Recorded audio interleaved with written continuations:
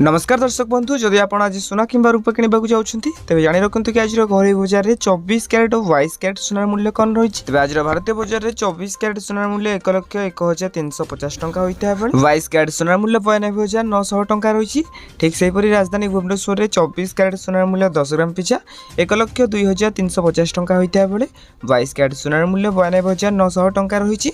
एवरकि मुंबई में 24 कैरेट सुनार मूल्य 1,01,350 टंका रही है। 22 कैरेट सुनार मूल्य 92,900 टंका रही। तेज नुआदिल्ली में 24 कैरेट सुनार मूल्य 1,01,500 टंका रही है। 22 कैरेट सुनार मूल्य 93,050 टंका रही। तेज दक्षिण भारत प्रमुख सहर चेन्नई में 24 कैरेट सुनार मूल्य 1,01,350 टंका रही है।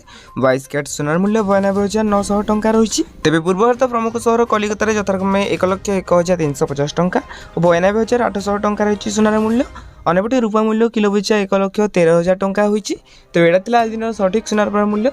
जदि आपने आपको भिडियो देखा चाहते तेज आम चैनल को सब्सक्राइब करी पाखे बेल आइकन को ऑल बटन में सेट करने सहित भिडियो जब इनफॉर्मेटिव होता है निहत भाव भिडियो को लाइक करूँ।